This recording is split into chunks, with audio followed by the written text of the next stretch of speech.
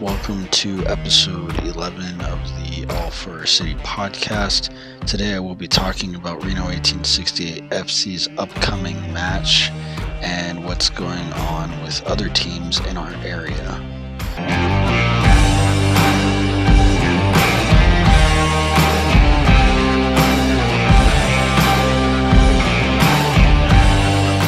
Firstly, with some news, I launched a new limited edition scarf this week. Pre-orders are available on that now. It matches the Reno white kit, and it is available on my website. Some Reno 1868 news. Not much is happening this week, but there is the Meet the Team event that is happening this Thursday. That event, I believe, is only for season ticket holders. And then it will be at Top Golf at Silver Legacy.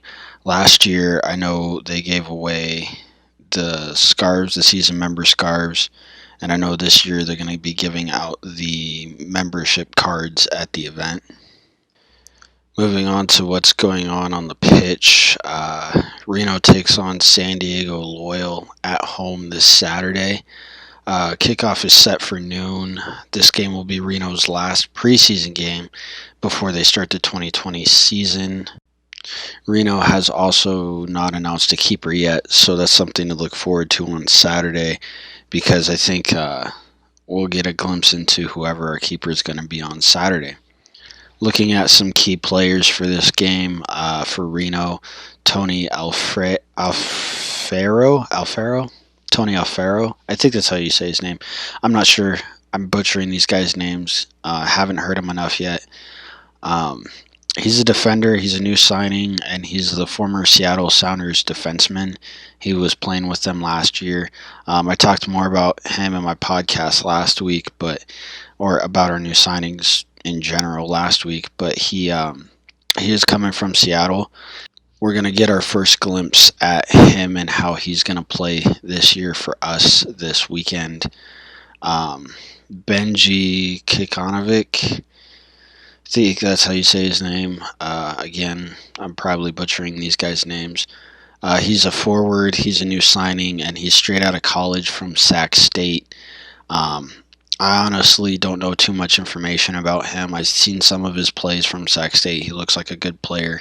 He's another one that you got to keep your eye on Saturday if he plays, because he should be a strong forward for us this season.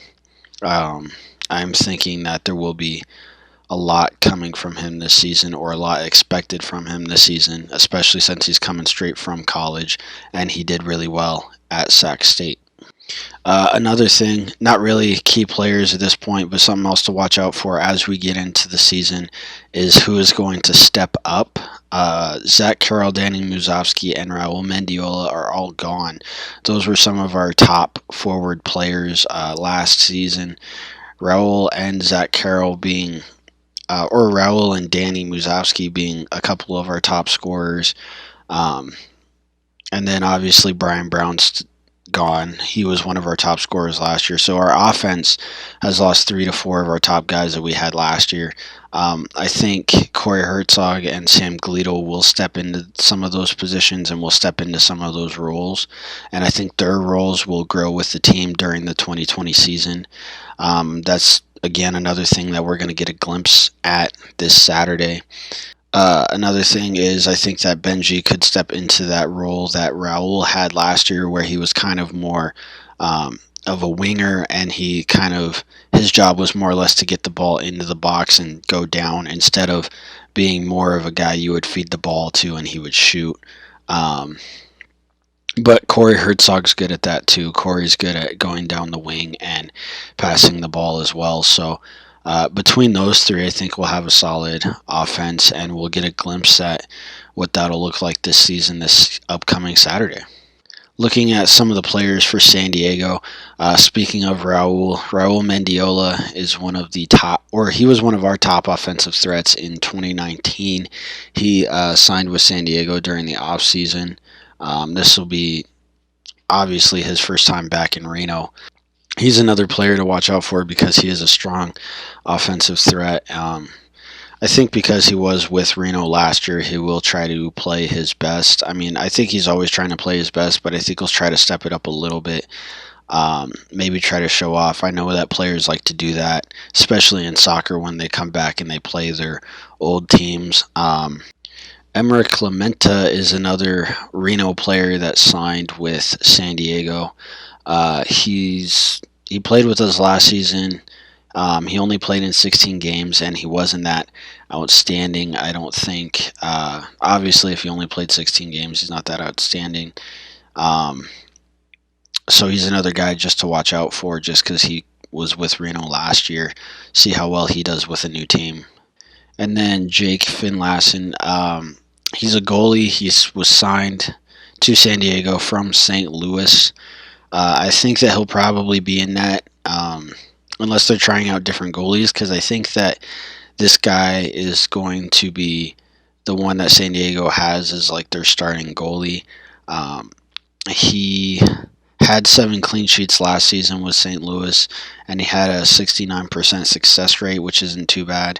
But he did only play in 17 games last year.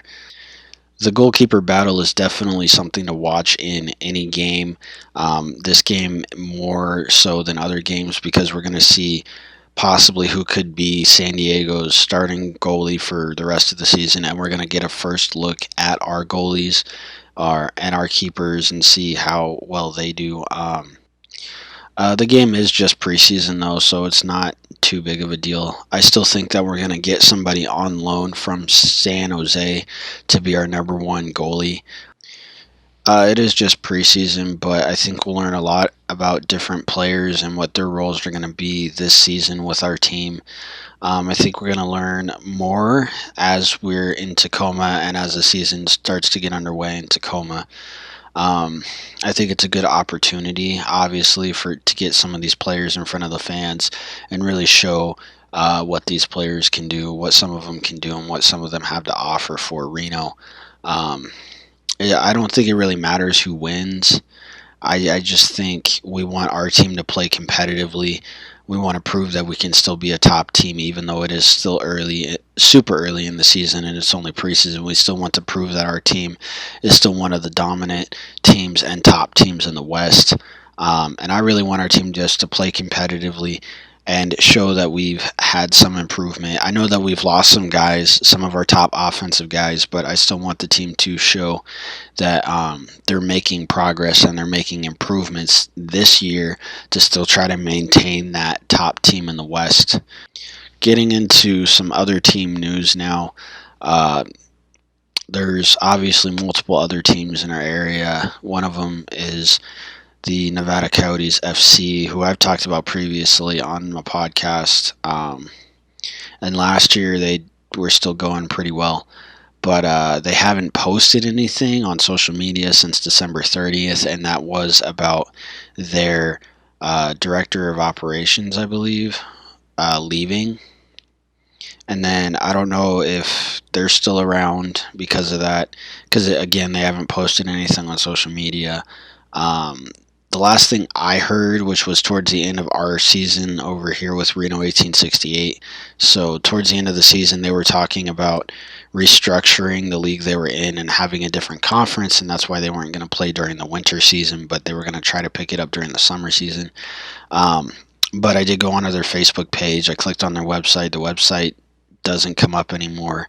And then I couldn't find them on their league website, but according to Wikipedia, they're still around, so I'm not really sure what's going on with the team. I don't know if they're in like some kind of hiatus or if they're gone now, but the team doesn't seem to be active currently. So that's disappointing. One of the other teams that we got, obviously, if we're going to lose teams, we might as well get more teams, but one of the newer teams in town, TMCC, now has soccer, which is crazy. They got it last fall. They built a whole new field and everything. They have men's and women's soccer. They just built their new field, which I think has some seats up there on campus. Their season finished up on November 15th, though. The men ended their season 10-5-3, and the women ended their season 6-9. They also hired a new head coach for both teams back in January. and their season will start back up in the fall. Um, they did scrimmage with Reno 1868 towards the end of Reno's season last year. Um, and I do think that TMCC does have some good players. I do like how they are growing soccer in our community.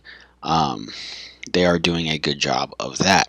UNR still only has a women's soccer team, but their women's team went 4-14 last season and 3-8 in their conference.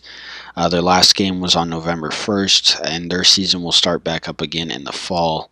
That's all I have for this episode. I know it's kind of short for a podcast, but I think 10 to 20 minute episodes or 10 to 15 minute episodes are going to be pretty much what this podcast is going to be all about. Just shorter episodes with a lot of information packed in. Obviously, the episodes will grow as there's more to talk to with about 1868, about these other teams when their seasons start, and as the season progresses, there obviously will be more to talk about, so the podcast will be longer. I just want to thank you for listening to this episode, and don't forget to tune in to next week's episode.